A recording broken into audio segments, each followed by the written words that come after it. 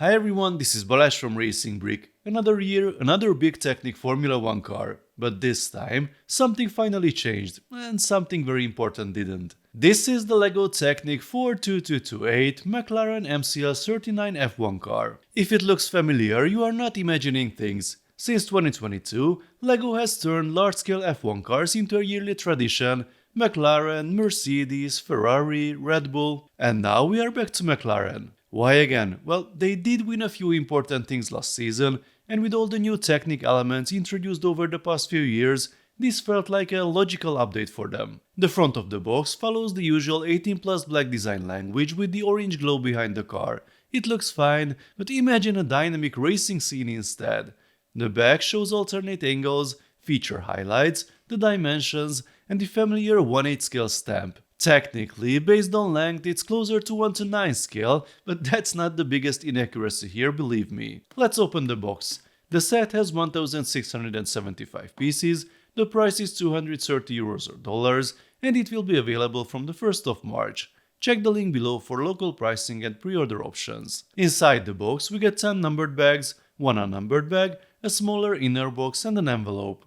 The inner box contains 4 tires, yes, identical, nicely printed though, but we will talk about that later.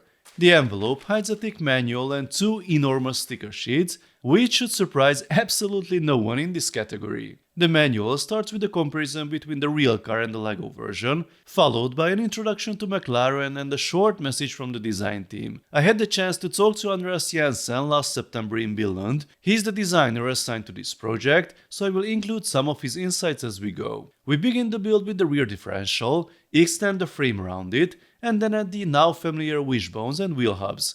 The rear uses a pushrod suspension setup. This is what we have at the end of phase 1. Next comes the familiar 2-speed gearbox introduced in last year's F1 cars, paired with the V6 engine using the newer block elements. The MGU-H unit sits on top, spinning as the engine runs. When you join the 2 main assemblies, pay close attention to these. That yellow cross-axle needs to be aligned with the connector on the other side, and the beams on top should go under the orange section.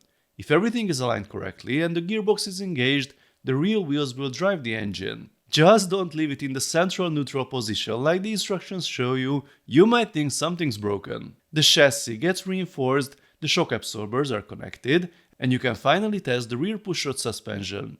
Here is the front axle, with a setup similar to the Red Bull. If we look at the manual, some of you will already recognize the historical significance of this step. Why? Because it asks you to center the cross-axle with the gear and the gear rack for a very specific reason. If you know, you know. If not, don't worry, I will show you soon. The designer has saved you at least 5 minutes, which is usually the time I spend in my reviews explaining what happens if this is not done correctly. The links are now in place, and you can see the pull-rod suspension in action. The first of many stickers has been applied, and the wheel deflectors now turn with the front wheels. I have added some gears here, and then comes the seat. This will connect to the hand-of-God steering knob using the gears we just added, and now the 2 main assemblies are joined.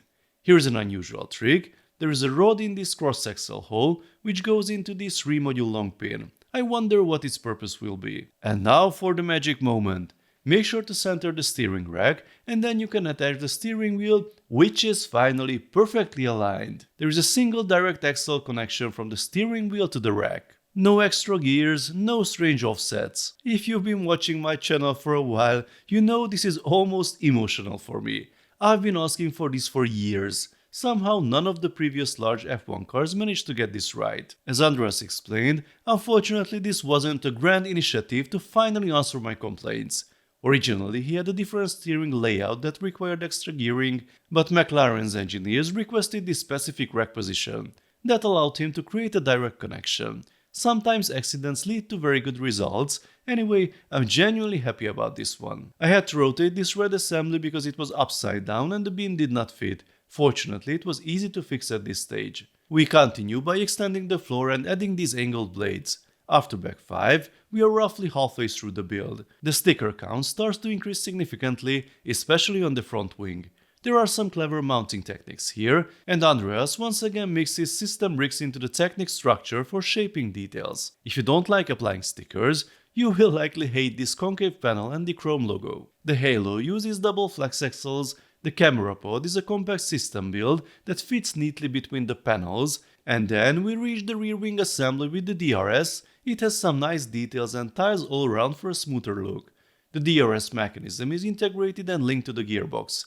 In high gear, the DRS opens, in low gear it closes. A few more details and the rear section is finished. The side pod assemblies use an interesting mounting solution with a towable socket and a bionicle tooth element positioning it from below, holding everything at a precise angle. More panels go on towards the front, some of them a bit tricky to mount. The rearview mirrors use an updated connection method, and finally the engine cover closes the structure. This 5-module long connector appears first in a Technic set and is used in the hand-of-God steering knob assembly. It will be easily removable for display. At the very end we assemble the wheels. The tires themselves are not new, only the sidewall printing has been updated to white. The wheel covers with the Google logo snap into place, and with that, the build is complete. The finished model definitely captures the look of last year's championship-winning McLaren. The colors work well, the livery feels authentic, and most of the major visual elements are represented convincingly. The nose has the correct downward slant, the front wing proportions are solid, and the aero elements around the front wheel are reasonable Technic interpretation of the real car. The side pods are also shaped well within the limitations of the parts. The engine cover is probably the biggest compromise, especially towards the rear, where it should taper much more aggressively, but the internal structure limits how narrow it can get. The rear wing and diffuser area are fairly convincing, again considering the material limitations. You simply can't achieve real carbon fiber thinness with Technic panels. The ride height is the usual off-road edition, but based on previous sets it will approach the ground in a year or so. According to the designer, the new wishbones might prevent that, but I think that is not the bottleneck, but that is probably a subject for a separate video. As a display piece, I think this is clearly an improvement over the 2022 McLaren. Compared to last year's cars, it's more of a refinement. I personally like this look better than the mirrorless Ferrari. Functionally, it's almost identical to the Red Bull, same suspension concept, same engine layout, same 2-speed gearbox. There are two improvements: the properly aligned steering wheel, finally, and the gearbox-linked DRS. It's a nice idea in theory, but since the gearbox sits under the engine cover, you have to remove the cover to operate it, which slightly defeats the purpose. But this is what happens when the focus is on appearance rather than functionality. Now let's talk about the elephant in the room, the wheels. Having identical front and rear tires on a modern Formula 1 car simply looks wrong. According to the 2025 regulations, the rear tires were roughly 30% wider than the fronts. That's not a subtle difference, that's massive. To show you what that actually means, we 3D printed properly sized rear tires based on a friend's design using soft TPU with hard plastic inserts. And once you see the correct proportions, it's very hard to go back. The visual difference is dramatic. LEGO has already produced accurate tire sizes for Icons cars and for Speed Champion sets. They even designed very specific tires and rims for the Ford Model T, which will be a challenge to reuse. Proper F1 tires at this scale, on the other hand, would be reused every single year, likely more than one set. And here's the part that makes this even more confusing. At Fan Media Days, we heard a small detail during the presentation that really says a lot.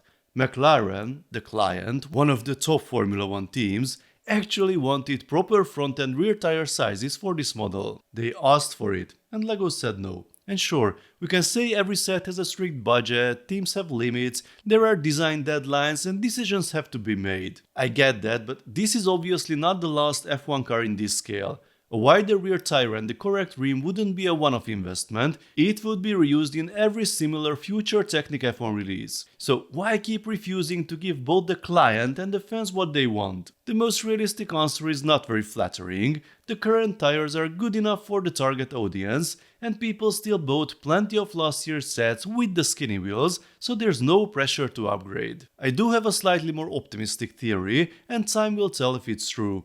Regulations have changed this year, wheel covers are less standard, and maybe LEGO is waiting to do a proper update in one go, not just giving us wider rear tires, but also more realistic new rims, similar to what happened with the 1/8 scale supercars. But that's wishful thinking for now, and we might have to wait until next year to see if it happens. So, from a regular customer's perspective, if you are a McLaren fan looking for a large display model that you can proudly say you built, you will probably be happy with this set.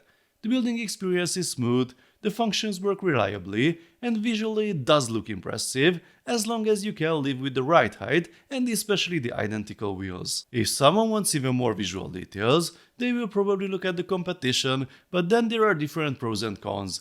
I showed you last year in my comparison video. The price remains high, but unchanged from last year. Based on previous trends, discounts will likely bring it closer to around 170 euros within a few months. Whether that's good value is up to you. Now, as a long-time Technic fan, I'm more conflicted. Not with this set specifically, the designer clearly worked within his constraints and did a solid job, but with the broader direction of the theme. Technic today feels heavily dominated by licensed cars. Big F1 cars every year, hypercars every other year, large motorcycles, smaller motorcycles, Monster Jam trucks, and a whole bunch of car transporter gang members. Year after year, the majority of the lineup revolves around licensed vehicles in repeated categories. The focus is overwhelmingly on shaping and branding, with the mechanical side kept at a bare minimum level. I have always said that you are not obliged to buy every set LEGO releases, but here I feel there is nothing left for people who are not interested in display sets built with parts designed primarily for function rather than appearance. If you built last year's Red Bull, you won't find much new here from a Technic point of view. The lever-activated DRS is nice, but we already had this and even more in sets like the Grand Prix Racer more than a decade ago, including a B model and optional motorization. I've talked about this trend before, so I won't repeat myself too much. I understand why many people enjoy this direction, I understand why LEGO chose this direction, but I also understand why long-time Technic fans feel that this is no longer Technic and they want their favorite theme back. So now it's your turn. What do you think about the latest McLaren F1 car? How do you feel about the look, the wheels, the functions? Will you buy it or skip it? Let's talk about it in the comment section. If you enjoyed this video, then please give it a thumbs up and don't forget to subscribe with notifications, as more exciting LEGO videos are coming soon. See you next time, bye bye.